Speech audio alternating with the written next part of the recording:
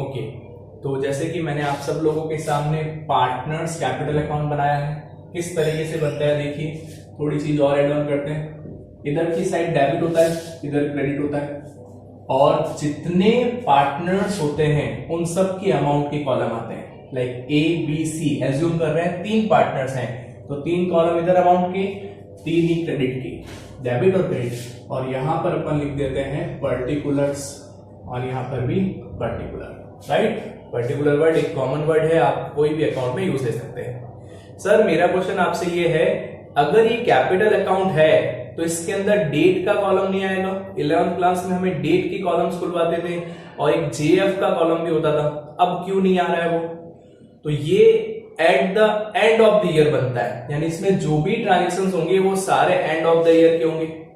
तो पता ही है सबको end of the year date कौन सी होती है, 31 मार्च। तो उसको बार बार लिखो 31 मार्च 31 मार्च 31 मार्च, या फिर एट द ईयर एंड आप बना रहे हो तो एक बार ही लिख दो partners capital for the year ending, वो भी लिखने की रिक्वायरमेंट नहीं है, पार्टनर्स कैपिटल से ही अपना तो काम बन जाता है, राइट। तो कहने का मतलब क्या है कि आपको डेट का कॉलम अब रिक्वायर्ड नहीं होगा, क्योंकि ये at the end of the year बन रहा है। द नेक्स्ट जेएफ की भी इसमें रिक्वायरमेंट नहीं होगी, क्योंकि at the end of the year बन रहा है। तो अपना मेन कॉलम अब कौन से हो गए, एक तो पर्टिकुलर और फिर अमाउंट्स के ए बी और सी। ओके, तो अब मैं आपको वन बाय वन करके इस पार्टनर्स कैपिटल अकाउंट में जैसे आज तक अपन एंट्रीज करते थे उसको कैसे इसमें पोस्ट करेंगे वो समझेंगे। सबसे पहले आपका एक नॉलेज में वापस से क्लियर कर दूं कि कैपिटल अकाउंट जो होता है उसका बैलेंस होता है क्रेडिट बैलेंस होता है, ये अपन 11th क्लास से पढ़ते आ रहे हैं। और जब 11th क्लास में आपने क्रेडिट बैलेंस पढ़ा तो इसका मतलब क्या था, जब भी कभी कैपिटल अकाउंट को आपको इंक्रीज करना हो तो आप उसको क्रेडिट करो, और जब भी कभी आपको कैपिटल अकाउंट को डिक्रीज करना हो तो उसको डेबिट करो। ये सिर्फ कैपिटल अकाउंट पे थीम नहीं थी, सब पे थी भाई। वापस रिवाइज कर लेते हैं। परचेज अकाउंट का बैलेंस डेबिट होता है, अगर परचेज को इंक्रीज करना है परचेज अकाउंट को तो परचेज अकाउंट डेबिट किया जाएगा, और परचेज को अगर डिक्रीज करना है तो क्रेडिट परचेज कर देंगे, यानी कि टू परचेज लिख देंगे एंट्री में, और परचेज अकाउंट बनाएंगे तो उसकी क्रेडिट साइड में लिख देंगे, तो वो कम हो जाएगा। तो ये कॉन्सेप्ट परचेज का था। सेल्स का क्या बैलेंस होता है, चलो बताओ, क्रेडिट। तो सेल्स को क्रेडिट करेंगे अगर, यानी कि टू सेल्स, या सेल्स अकाउंट के क्रेडिट साइड में लिखोगे तो सेल्स इंक्रीज होगी, और वही सेल्स को डेबिट कर दोगे, सेल्स अकाउंट डेबिट। सर ये कब होता है, रेक्टिफिकेशन ऑफ एरर एंट्रीज में किया था अपन लोगों ने। तो कम करना होता तो सेल्स को डेबिट कर दो, और अगर सेल्स का अकाउंट बना रहे हैं तो टू साइड में, डेबिट साइड में यहां पर लिख दीजिए सेल्स अकाउंट में, तो वो क्या हो जाएगा, कम। यानी कहने का मतलब ये है, जिस अकाउंट का जो बैलेंस है उस बैलेंस को अगर वही मेंटेन रखते हैं, यानी कैपिटल अकाउंट का बैलेंस क्रेडिट है, तो अगर आप उसको क्रेडिट करोगे, यानी कि टू पार्टनर्स कैपिटल लिखोगे या उसके कैपिटल अकाउंट के क्रेडिट साइड में जाके लिखोगे, तो उससे कैपिटल इंक्रीज होगा। और वहीं पर आपने कैपिटल अकाउंट को डेबिट किया तो कैपिटल डिक्रीज होगा। ये बहुत अच्छा ज्ञान है, बहुत अच्छा नॉलेज है, और आपके अकाउंट्स के करियर में बहुत यूज आने वाला है, राइट। तो यहीं पर इस कॉन्सेप्ट के पॉइंट ऑफ व्यू से सबसे पहले अपन को कैपिटल दिया होता है, ये मैंने आपका वही फॉर्मेट लिख रखा है जो आप आज तक बैलेंस शीट में लिखते हो। अब मैं उसको अकाउंटिंग फॉर्मेट में, ये स्टेटमेंट फॉर्मेट हो गया, हम उसको अकाउंटिंग में कैसे लिखते हैं ध्यान से देखना। तो सबसे पहले कैपिटल का ये ओपनिंग बैलेंस है। चलो बताओ कैपिटल का बैलेंस क्या होता है, क्रेडिट। तो ओपनिंग बैलेंस क्रेडिट साइड से स्टार्ट होगा, और जब भी कभी बैलेंस स्टार्ट होता है तो अपन लिखते हैं by balance BD brought down, ये लिख दिया ओपनिंग बैलेंस। तो जो भी ए का बैलेंस होगा वो एक में, बी का बी में, और सी का सी में लिख दिया जाएगा। अब देखो एड नेट प्रॉफिट, यानी कि P&L एप्रोप्रिएशन से प्रॉफिट डिस्ट्रीब्यूट होता है, लास्ट वीडियोस में मैंने बताया था आपको। तो प्रॉफिट एंड लॉस एप्रोप्रिएशन से प्रॉफिट ऐड होगा तो कैपिटल इंक्रीज होगा, और कैपिटल का बैलेंस क्रेडिट होता है, तो कैपिटल इंक्रीज हो रहा है, इसका मतलब क्या, किस साइड में लिखना पड़ेगा अपन को, क्रेडिट साइड में, क्योंकि कैपिटल का बैलेंस क्या होता है, क्रेडिट। और मैंने अभी बताया था कोई भी चीज से अगर इंक्रीज होगी कैपिटल तो क्रेडिट में लिखा जाएगा। तो यहां पर लिखेंगे। अब बाय नेट प्रॉफिट में लिख के ये कहां से आया उस अकाउंट का नाम लिखेंगे।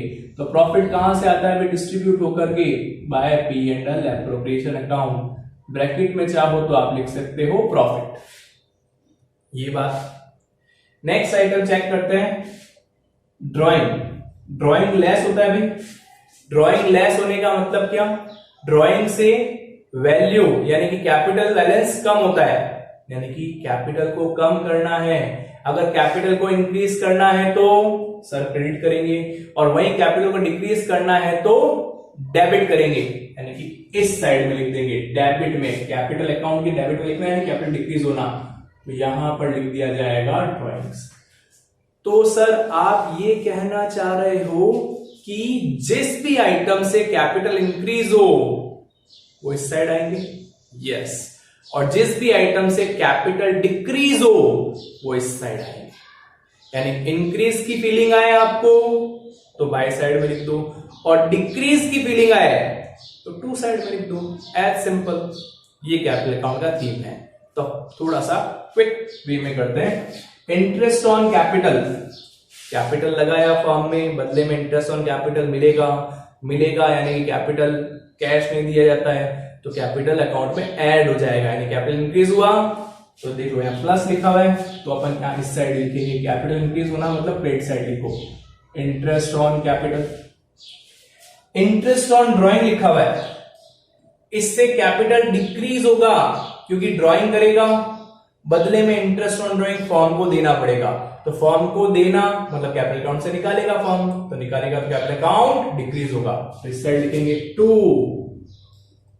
इंटरेस्ट ऑन ड्राइंग्स, ये भी हो गया। एडिशनल कैपिटल की एंट्री वही क्या एंट्री है जो 11th क्लास की फर्स्ट एंट्री थी आपकी, यानी कैपिटल लगाना है, कैपिटल इंट्रोड्यूस करना, तो उसकी एंट्री क्या होती है, cash account debit to capital. तो चाहे कितनी बार भी कैपिटल लगाओ एडिशनल, एंट्री तो ये रहेगी। अच्छा मुझे बताओ, जब कैपिटल एडिशनल लगाएंगे तो कैपिटल इंक्रीज होगी, यस सर, तो क्रेडिट साइड में लिखेंगे। एक ही कॉन्सेप्ट है इसका, क्रेडिट साइड में लिखा जाएगा जब इंक्रीज हो तो, और डिक्रीज हो तो डेबिट साइड में। तो बाय साइड में क्या लिख देंगे, बाय कैश ब्रैकेट में एडिशनल कैपिटल। ओके, अब नेक्स्ट आ गई पार्टनर सैलरी।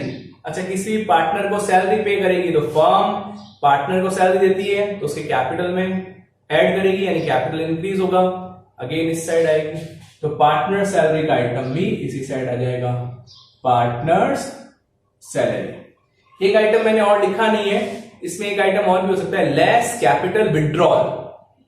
विड्रॉल का मतलब होता है अपने कैपिटल में से, यानी फॉर्म में जो कैपिटल आपने लगाई उसमें थोड़ा पैसा पार्टनर निकाल लेता है, उसको कहते हैं विड्रॉल करना। तो सर उसको ड्राइंग भी कह सकते हैं, तो अब ध्यान से समझना ड्राइंग और विड्रॉल के बीच में डिफरेंस। हाँ मैं आपकी बात एग्री करता हूं कि दोनों ही केस में फॉर्म से पैसा विड्रॉ होता है या निकलता है, ये मैं एग्री करता हूं, बट दोनों केस में जो पैसा निकलता है उसका पर्पस अलग अलग होता है। ड्राइंग के बेस पर या ड्राइंग के पॉइंट ऑफ व्यू से अगर आप पैसा निकाल रहे हो फॉर्म से तो उसका पर्सनल यूज होगा, यानी उस पैसे को आप किस तरीके से यूज करने वाले हो, निकाल करके पर्सनल यूटिलाइज, पर्सनल यूज। अगर आप ये करते हो तो उसको अपन ड्राइंग कहते हैं।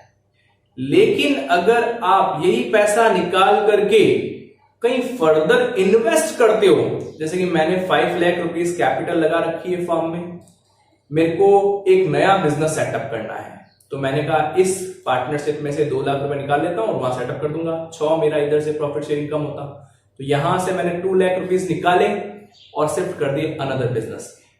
तो अगेन यहां से पैसे गए, फॉर्म के अकॉर्डिंग पैसे गए, विड्रॉ हुआ, बट ये विड्रॉल काउंट होगा। क्यों? क्योंकि वो 2 लाख रुपए निकल करके क्या पर्सनल यूज आया, मतलब घर के सामान में, बच्चे की फीस के लिए, इन सब के लिए काम आया नहीं।